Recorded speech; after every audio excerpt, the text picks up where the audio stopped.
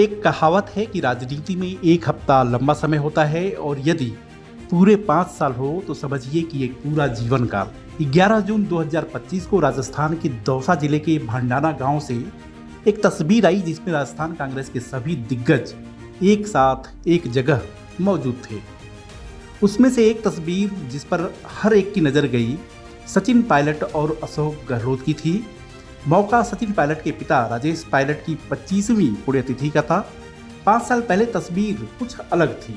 सचिन पायलट और अशोक गहलोत एक दूसरे को फूटी आंख नहीं सुहाते थे, लेकिन 5 साल बाद की तस्वीर में एकता और सुलह नजर आ रही थी। 5 साल पहले जब 42 साल के गुर्जर नेता एक धूमिल राजनीतिक भविष्य के चौराहे पर खड़े थे, लेकिन तब और अब में बहुत कुछ बदल चुका है।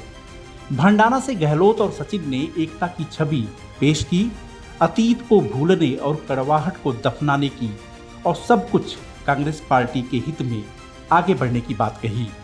उनके समर्थक जो वर्षों से दो खेमों में बुरी तरह से बटे हुए थे, सभी खुश थे। गहलोत ने कहा कि वह और सचिन कभी अलग नहीं हुए थे और उनके बीच हमेशा प्यार और स्नेह था। यह बात अलग है कि 5 साल पहले उनकी नज़र में सचिन पायलट निकम्मा और नकारे थे। 5 साल पहले इस बुधवार को भंडाना में मौजूद अधिकांश लोग गहलोत समेत प्रेरणा दिवस कार्यक्रम में शामिल नहीं हुए थे। इस कार्यक्रम में सचिन के केवल वफादार शामिल हुए थे, जो उम्मीद कर रहे थे कि युवा गुर्जर नेता तब गहलोत के अधीन उप मुख्यमंत्री अब अपने अगले राजनीतिक रास्ते पर स्थिति साफ करेंगे। कांग्रेस का केंद्रीय नेतृत्व भी 11 जून 2020 को भंडाना में सचिन क्या कहेंगे या करेंगे, इस पर कड़ी नजर थी। मुख्यमंत्री की कुर्सी उनके लिए छोड़ने से गहलोत के इनकार पर उनकी बढ़ती बेचैनी की अटकलें भी चरम पर थीं। कांग्रेस को सबसे बुरा होने का डर था, क्योंकि कुछ महीने पहले मध्य प्रदेश में ज्योतिरादित्य सिंधिया ने लगभग 2 दर्जन पार्टी विधायकों को अपना वफादार बनाकर भाजपा में शामिल करा दिया था।